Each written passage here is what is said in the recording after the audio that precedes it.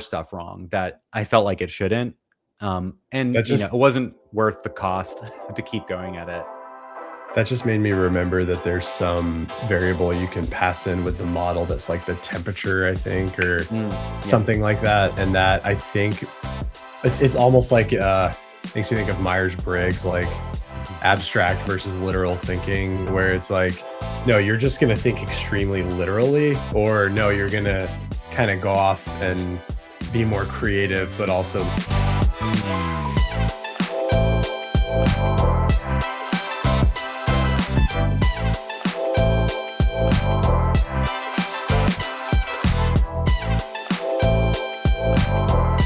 Welcome to Redacted. This is episode 4. I'm David Shaner, and I'm here with my co-host Taylor Cotner. What's up, Taylor? Hello. How are you? I'm good. I got a little bit of a head cold today, so my voice is extra. I got a lot of bass. Yeah, a lot of bass today. It's crazy that it's episode 4. I'm starting to feel like there's a rhythm to this. I have the similar stuff to show today, and I promise at one point I'll be done with it, but there's like a big jump in progress from last time. Yeah, maybe we'll release these in series or playlists or something. Yeah, we should just do like a binge drop like Netflix. It's like, actually, this is just a season of Taylor and David working on one thing, and then we'll just do that again. All right, so for anybody who's tuning in for the first time, I think I'm going to have to do some housekeeping every time. For the first few episodes, but let me just get everybody up to speed really quickly on what this is and who me and Taylor are. So first, the name of the show. So if you spend any time on X or LinkedIn or wherever you get your AI content, you probably have a feeling that most of it is overly polished or like a little too neat and packaged up. And then when you go and actually use AI yourself, you realize it's a lot more complicated and difficult and not linear. And so the genesis of this show was Taylor and I wanting to just take people behind the scenes and show them how we're actually building with AI. And we thought that would be an interesting perspective. The thing that we mostly show is a company that we work on together called Offline. It's a consumer subscription business that does about $1 million of annual recurring revenue and has only 2 full-time employees. And that would not be anywhere near possible without the things that we've figured out over the years that AI has enabled. And so that's mostly the stuff that we're here to talk about and kind of share what we've been working on that week. The second thing that I think is important, I was listening, we're recording multiple weeks ahead of when the episodes come out. So the first episode actually just got released last week, and I was listening to it. And it dawned on me that it's probably worth a call out up front that a lot of what we do on this show is screen sharing. And so you can, of course, listen to it as a podcast, but if there's stuff that you want to double click on, you should go pull it up on YouTube and watch the clip, because there's so much more like rich content happening on the screen, and it's getting harder and harder, I think, for us to remember to narrate what's going on for everybody who's just listening. And then the last thing that I think is somewhat useful is just who we think the audience might be, like who might get value out of this. My hunch is that it's going to be people who are already pretty comfortable tinkering around with AI. Like they've probably been in their terminal, they've probably used Claude Code. But they just want to see how other people are doing it. I think this is a technology that's still so new. The frontier is still so messy. And a lot of people are building by themselves, just messing around. And they look at this polished content on X, then they look at what is going on their computer, and they're like, man, I just wish I knew how other people were doing this. So hopefully that's helpful, just grounding for what we're doing. I don't know if you have anything you want to add there, Taylor. No, I think that's a good segue into like what I'll show this week, because it is really just, hey, this is Taylor building stuff that almost definitely exists, that someone will write in a comment somewhere, didn't you know about this? And I'll be like, no, I didn't actually. Yeah, well, let's segue then. Yeah, great. So yeah, what have you been working on this week? Let me throw my stuff on the stage. All right. So if you'll remember from the last two, I'll just pretend that nobody's seen this. We have tried to, we have a HubSpot instance with our CRM data for our restaurants at Offline. It's messy like every CRM. And before we can do things like use AI to help out with lead gen or build an email for an existing client that we might have an expansion opportunity with because they just opened up a new restaurant that should be on Offline. HubSpot needs to be clean, right? That's the like elevator pitch for why we've been working on this for so long. And a human can do it, right? They can go in, they can research an entire restaurant group, they can pull in all the locations, they can add them to HubSpot, they can merge things, they can do all this. It takes forever. It takes a really long time to do that. And there's really no way to like continually keep it clean that, you know, for a small company like ours, like I'm sure larger companies have different strategies, but I do actually maybe think it's probably worse at larger companies, right? The project that we started with was, can we get some kind of AI to help clean up HubSpot? And the last couple episodes we've shown some progression along that. And I think last demo that I had was one of these cleans actually working, right? And so you and I talked at normal work about this, and I was like, I think it will get exponentially faster now over the next 2 weeks. And like it kind of has, but I've made a lot of changes like to get here. And I want to go through those changes because I think they are like the way that I've been using like AI to do this is so different now. Number one, I have abandoned Claude Code from using it. I just kind of felt that like building tools with Claude Code in the middle of like a workflow step that's code and then giving it to Claude Code, it just went off and did its own thing, right? It's its own harness. It like works, you can plug in the SDK to it if you want to go faster. I just like couldn't get it to do exactly what I wanted to. And I think that's just because it's the Claude Code harness, right? It's not this tools harness to actually do the one thing that I need it to be good at. I don't need it to be good at coding. I don't need it to be good at like asking me questions from like, individual skill files. I like just needed to be good at cleaning up HubSpot, right? And there's a process that it has to go through. And I'll show you that. And so this is, again, you can see, if we look at what I'm showing on the screen now is like a bunch of the active restaurants that we have on Offline. And if you look at like one of the quote unquote dirty clusters, which is something that needs to be cleaned up, there's two pure vegan cafes. There's one whole HubSpot record in Raleigh, one whole HubSpot record in Durham. That like, we don't need two companies. That's actually one company, right? And someone would need to go in, merge these two companies, make sure that the like actual addresses for the locations are Offline's custom objects, right? So this is important to know that every business has their own custom rules. And we can't just use HubSpot to clean something up because HubSpot doesn't know that we care about restaurant locations as an object. And so again, this is a very simple one. So I'm not going to run this because it might be running actually. So I started to move away from Claude Code, and I realized that when you're programming against the SDK, you have to be really careful because it spends money. And every time I press a button now, it's like the most expensive button I've ever built before because it costs money. And I like pretty sure it's only going to cost 50 cents, but it also might cost $7 sometimes if I mess something up.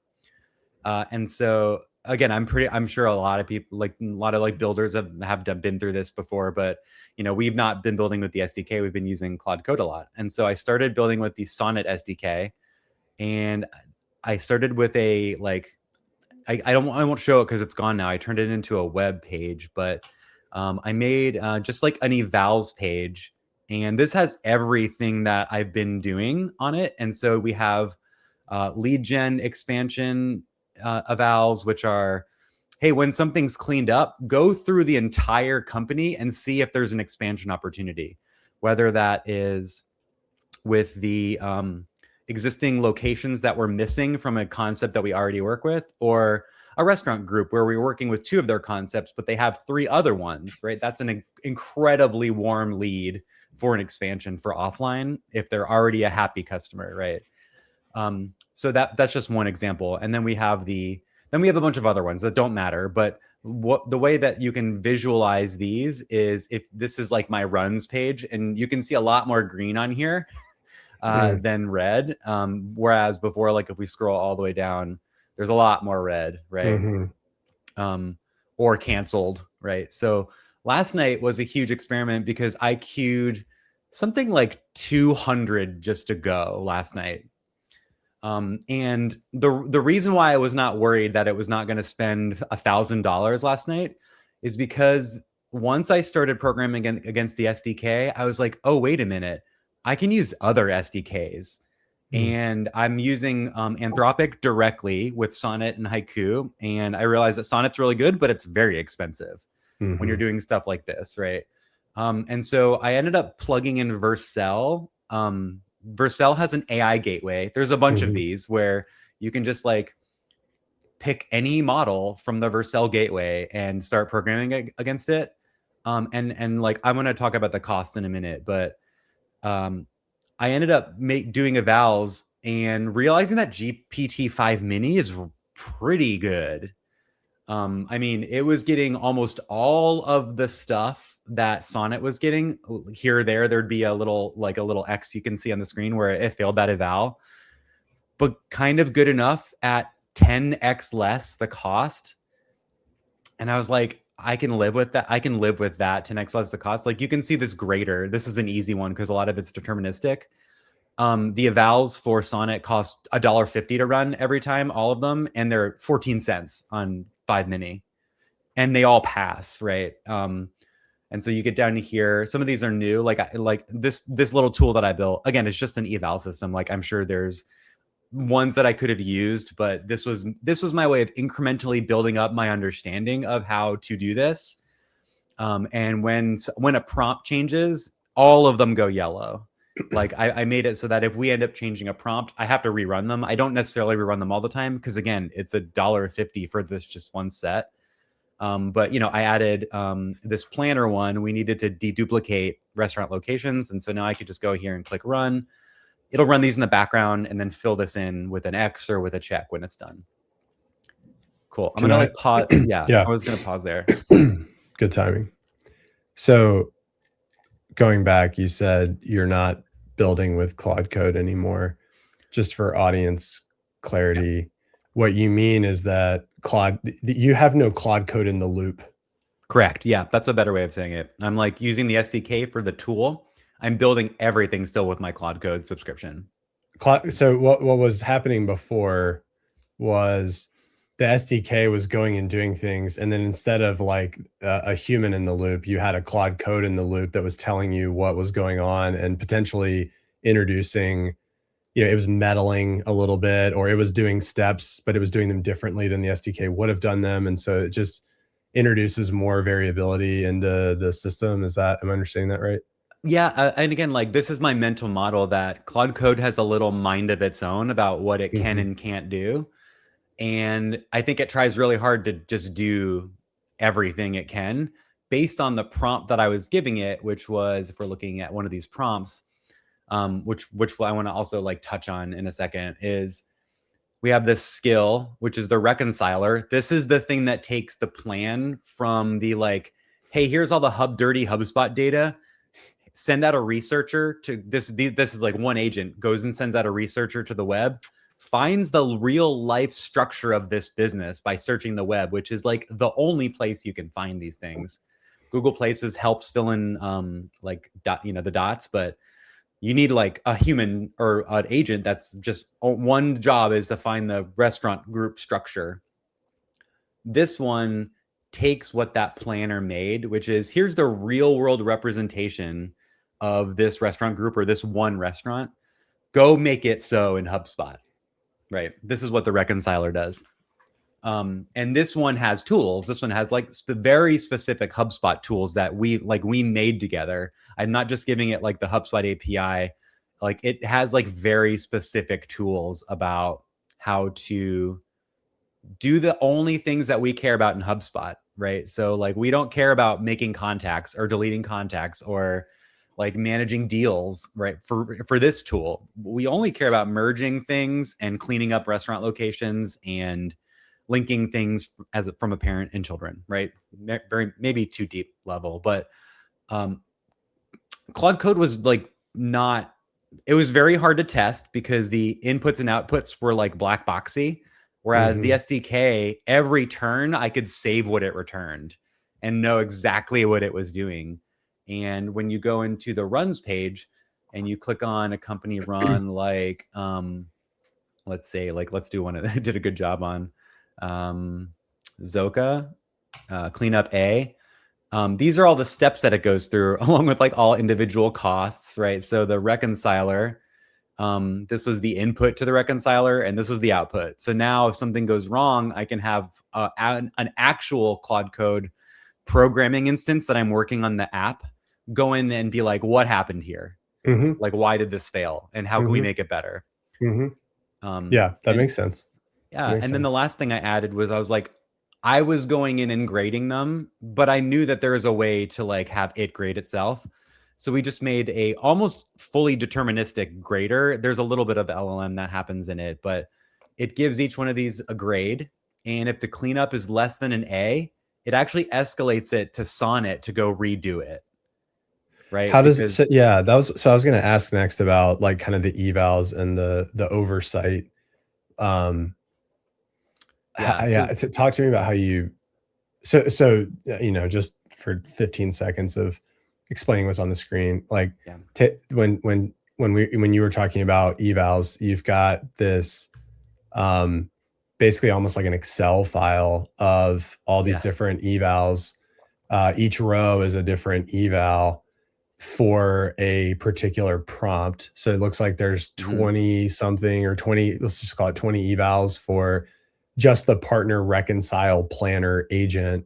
Yeah. And then on columns, you're doing Haiku 4.5, Sonnet, OpenAI, GPT-5, GPT Mini, and then you've got pass fail, and then you've got cost. And that's where you can see the GPT-5 Mini is like 14 cents for 20 evals, and Sonnet is $1.50. But when something is so like, you know, like when I think of these HubSpot cleanups, like they're not, you know, algebraic equations. Like I guess eval against what? Like what is the standard that it's evaling against? This is the thing that like once I figure, I think again, like I think it's working now. Like I'm going to be digging in it 2 more today because I ran 200 last night. The evals are almost all based on real mess ups that happened. So like this Moo and Brew, this is a real customer that like, again, these evals are like kind of weird to read, but almost all of these came from real HubSpot data that was messed up. And then I was like, great, we need to be able to recreate this, run it through the LLM again. And now we know what we want on the other side of that. Like we can just always seed the LLM with the information that it would have gotten for this error, and then fix the prompt and then run it again and see if it spits out actually what we want. So if I was training someone to clean up HubSpot, this would be the equivalent of me taking a bunch of screenshots almost of this is what Moo and Brew looked like before it was cleaned. Yeah. And then this is what it would look like when you're done. You go try to do that in a sandbox and get it right. And then I'll tell you if you got it right. And like, you should check yourself up against these screenshots at the end. Right. Yeah, exactly. It's essentially like if you were to write out a 20-page process document for how we plan the reality of a restaurant group, you are going to run into, I'm trying to find I think it's maybe in here. Somewhere there's like a little matrix. Sorry, I can't find it. Of like, here are the types of restaurant things you are going to see. Right? There's like independent restaurant groups. There's there's independent concepts. There's an independent restaurant group. There are sister concepts that are owned by the same person but not linked in any like hierarchical LLC way. Yeah. There is a holding group that's not a restaurant group that just owns brands. These are these evals essentially for, let's say, like the planner, or actually no, actually higher up. There's this cluster one which determines the type. And so we see like, oh, this is a single brand multi-location test. So we feed into it a bunch of like alpaca stuff. It goes to search the web for real in this eval and gets back a bunch of information and determines in the eval, oh, I think this is a single brand multi-location. Is that cool? And it's like, yeah, that's cool. So the prompt works for that one level. But the next one, bittersweet, as far as we could tell, there's no synthetic holding, or there should be no synthetic holding in HubSpot. That's just like Kim's companies, Yes. right? They're linked by a human, which is a contact, but they're not linked by another company. And so we added this a couple of days ago because the system was saying, I'm just going to create a Kim company and link them all. And I was like, no, you can't do that. That's not real life. We're trying to model real life as much as possible. Same thing with like Bradetto. Like these are all real companies that we now know the seed that messed it up. And we can run it through the LLM, which uses real web search, uses real stuff, and spits out stuff.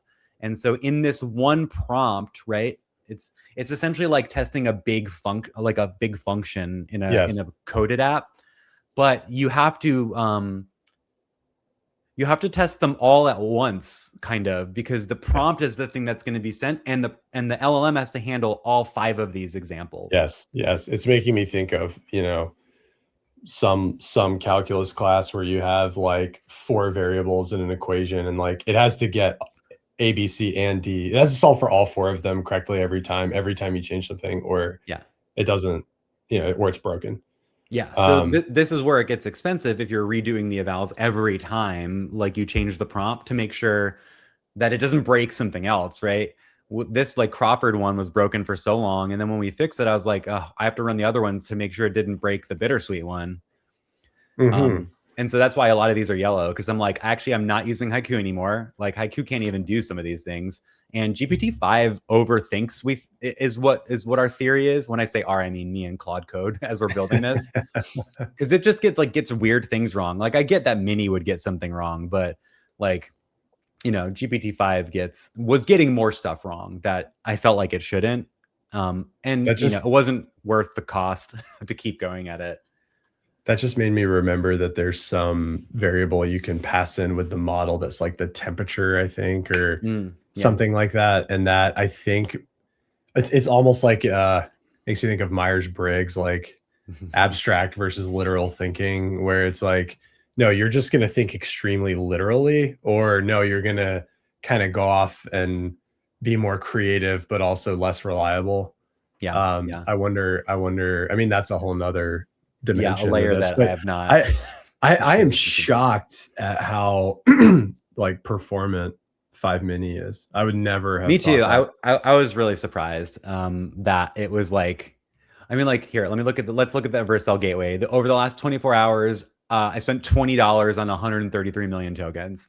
Like, yeah, that's crazy. And so much of it was working well. And again, I'll have to dig into it to see like how well it worked, but like the way that this thing like actually backs itself up is, for example, this one, let's see, this one got a C, right?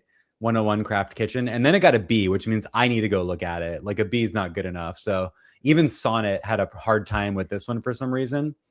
And so in this flow, when you go in here, the flow basically, like if we were just like to look at one of these, it grabs what exists now in HubSpot, which is like the wrong stuff. The planner is its own thing, like this like top level orchestrator kind of thing. Goes, all right, cool, it's your turn, planner. And then this is like, think of it as like steps in a row. It's not really like one thing controlling a bunch of other ones. It's like the first step is the before screenshot, and then the next one is the planner is gonna do it. It's gonna spit something out that looks like the same structure every time, and then that's going to be given to the reconciler, which is going to clean everything up in the way that the planner says it should be. And then the grader is going to grade the reconciler's work, and then if the grader grades it a B, it's going to actually spawn another one with a better model, and it just does the whole thing again with Sonnet. 4.6, and that's usually better. Like it doesn't escalate again. This one, like for some reason, like what I would do is it got an A the second time it got an A. after that, it does an expansion one based on if that like original planner was like, yo, I found stuff that you guys can expand to because I know what you have from your back end, and I found some stuff on the web that you don't actually have working with you yet. And so the expander is a totally another agent that where is it? It just goes through and it does a bunch of like lead gen stuff, right, to create leads for us. And then again, there's another agent that like qualifies those leads. And this one also works extremely well on Mini. Like this lead qualifier to run the evals for just Sonnet was $1, and it's 5 cents for Mini. It's 20 times cheaper. Like, yeah, that's crazy. It's like, so it's like, okay, great. Like, I actually don't mind burning 100 million tokens if it's on Mini, because if it works, this is actually great. And like, then I don't feel bad about burning stuff on Sonnet. I felt bad spending money because I was like, oh, I don't know what I'm doing. I'm wasting money. Totally. And I mean, it's no different than like, giving menial work to a really highly paid person. And that's a waste. Okay. Where do you want to go from here? I don't want to keep digging in on questions and run out of time here. No, I think this is good. I think this is like the moderate conclusion of this project. I'm going to still work on this because I still probably have like 50 or 70 to clean up. And then we need to like make it on an ongoing basis so that when something in HubSpot changes, a system, whatever system this ends up being, knows about that and can clean it up like by itself, can every day look at all the expansion opportunities and qualify them for Steve. And then eventually every day can go through all of the existing opportunities and see if it needs to help with anything, like write an email or like propose an idea for somebody. So we'll be done with the bottom of the iceberg and we'll get out above the water, and like stuff will start happening, right? Like emails will start going out and Instagram DMs will start going out. And that, I think that'll be a really fun thing to talk about here is, getting to show once you do all this under the water stuff that you can hopefully pretty quickly start, running an entire lead gen function on the back of all this data. Yeah. The ultimate goal. Ultimate goal. That's right. Got to get more restaurants. Okay. Awesome. What do you got? I don't know that I put my stuff into the thing. Hang on. No, I did not see you. Yeah, it's still getting used to this. Okay. All right. Throw that on. Got it. Okay. So last episode, I was walking through a process that I've executed. The way I think about it is a giant conveyor belt that starts with live sales transcripts of Steve, who's a fantastic seller, and ends with a completely updated a landing page that's built around the voice of the customer and the way Steve is articulating our value, right? Like in an ideal world, I've got a black box in the middle and I say, hey, here's Steve talking to a bunch of customers and making sales. And out of the back end of that comes a landing page that is like fantastic. Yeah, the articulating the value is like, I think for me personally, the key, because it's like, I can talk to any customer about offline, but Steve is built to talk about why offline will help them solve all their problems. I'm just like a fan of offline, right? Like that's how I would talk about it. Yeah, it's right. It's right. It's like we want to extract all the things that he's saying and like codify them into a landing page. And so last time I covered how I processed all the interviews and like the skill files and stuff that I used to build the copy and to get the wireframes. And it was the first time I had used Claude Design. So this was Claude Design's version of a wireframe. And I think this is where I left off last time. So, first things first, Claude Design's fantastic. I said this last episode. it chews through tokens and it has its own token budget. So I found myself having to wait, actually like having to wait for it to reset because I didn't want to like burn API credits. But I ended up finalizing a wireframe. I spent a lot of time going back and forth with Claude Design on each of these panels, and it was the harness for this thing is just really good at understanding design workflows and building one panel at a time, and taking into consideration like the whole design system when it's adding an incremental panel. Right. And just things that seem harder when you're using an unharnessed version of like Claude Code or of Opus. Yeah. Okay, so I got the wireframes, and then basically from there I said, hey, what should we do next? And it said, why don't we explore a couple different versions of actual like design? And because I'm indexing here for like speed, I was like, let's just take what we already have, which is if you go to letsgetoffline.com/Raleigh, like we have a pretty decent consumer landing page. The challenge is that it's all in Webflow, and neither one of us wants to go learn to build and maintain websites in Webflow. And like if you go back to the genesis of this landing page, like it took a lot of time for Rami to go in and figure that out. And so the goal is to get as close as possible to this design, but make it generative from Claude Code so that we like anything that we want to do on the landing page can be Claude Code native and just push up into like a React app or something.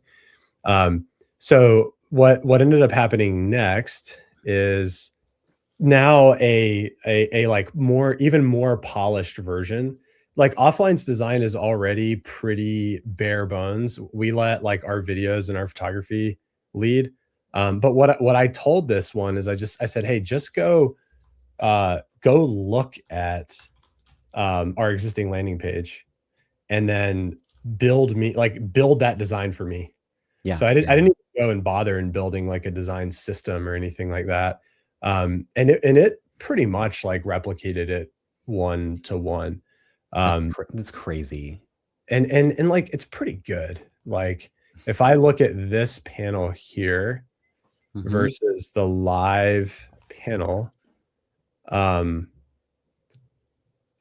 they're pretty like I like the one it did even better, actually. Yeah, I was gonna say it's better. Like the like, font structure is like better. Yeah, it's better. Just like more pleasing to look at. Exactly. And even with all this like junk around it, right? So from there I went panel by panel again. We workshopped all of these different things. And of course we left placeholders for all of the photos and stuff.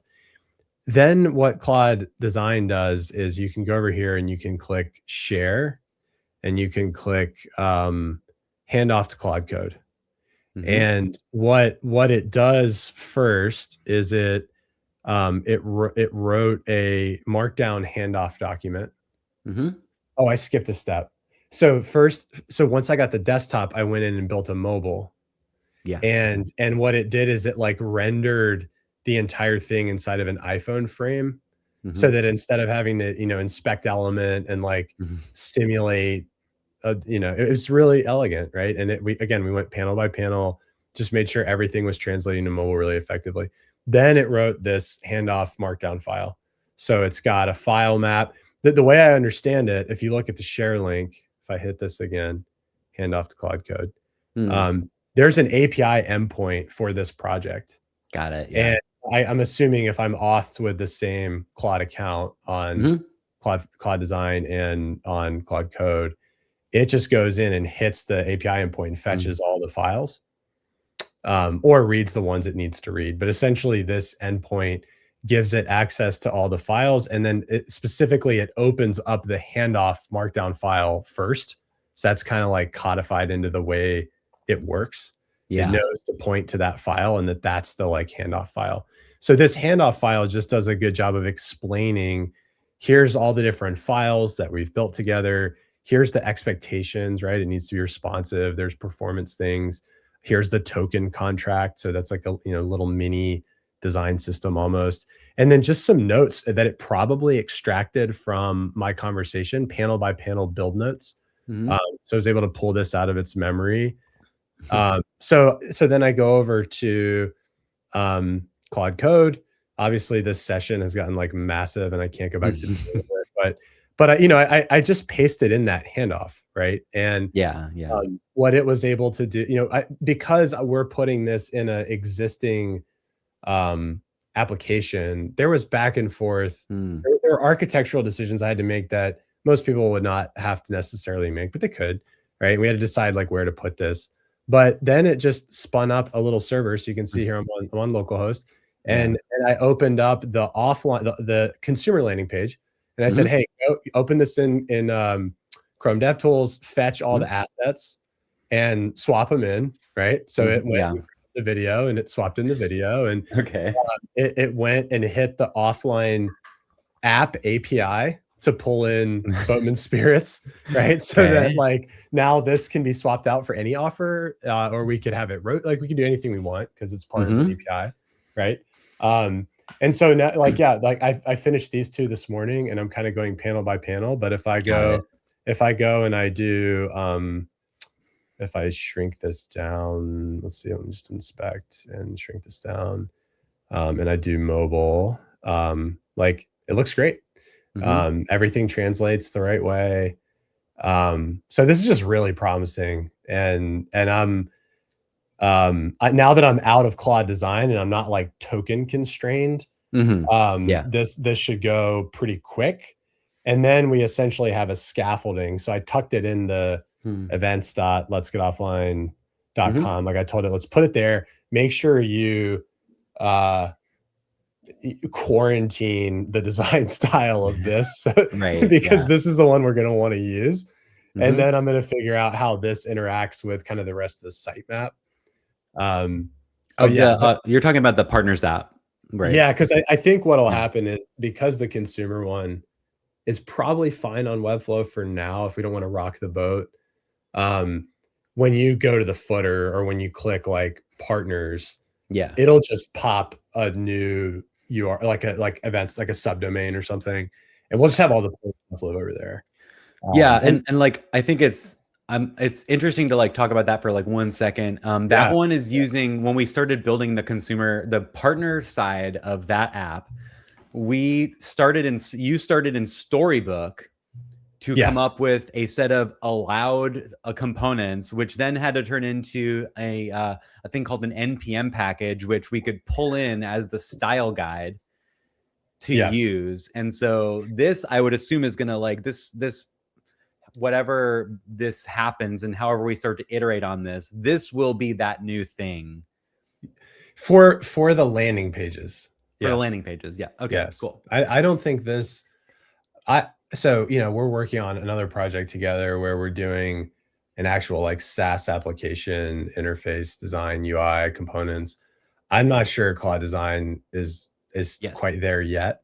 Um, but I think it's like, for a landing page and then making a couple other pages that branch off of this page that have the same shared style, I think it's a home run. Okay. Cool. Yeah. It's incredible. And like zooming back out to my earlier point, um, about this pipeline, like I'm the only person who's had to touch this. So Yeah. Yeah. Yeah. we've processed reviews, we've tweaked the company's positioning, we've um, you know tightened up the design a little bit. Now we're building it. We'll eventually just pull request and ship it, Mm-hmm. and that's like 7 or 8 different hats that could have needed to be worn that weren't, right? And Yeah. I Yeah. so I think maybe when I wrap this up next week, I'll try to get a wall clock on how much time it took me to do the interview processing part and then maybe the Mm. website building.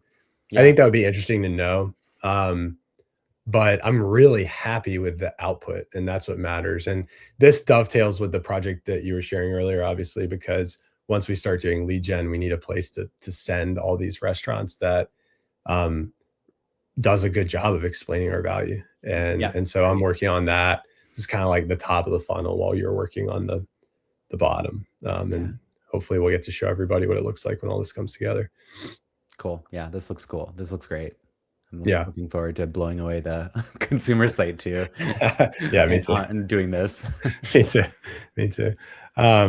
Okay. Anything else that we want to talk about or announce before we wrap up? I don't think so. Just find. I think where are you? You're on Substack or LinkedIn. The best. Oh yeah, LinkedIn. I think we're still working with Tweener on figuring out how this is going to get ultimately distributed. But I think that at some point, me and you will probably start authoring a companion Substack that goes with each one of these. For now, I'm just on LinkedIn or davidmshaner.com. And where can people find you, Taylor? Yeah, you just go to like loop2.dev is probably a good spot, or taylorcotner.substack.com is the kind of a programmery Substack that I do. But yeah, and don't forget, like if you are enjoying this and you want to show something, or show us some stuff that we might need to redact, we're looking for people to come on and do that soon. Yeah. I'm kind of thinking that when I wrap this landing page and you wrap the basically before we jump to lead gen with the HubSpot cleanup, that might be a fun time to bring on a guest, because it's kind of a natural bookend to these projects we've been showing over the last couple of weeks. And yeah, I've started to text with some folks, but if anybody, if you're listening to this and you want to jam for 45 minutes with us, just reach out. Cool. All right, man. Until next time. Bye, y'all. Later.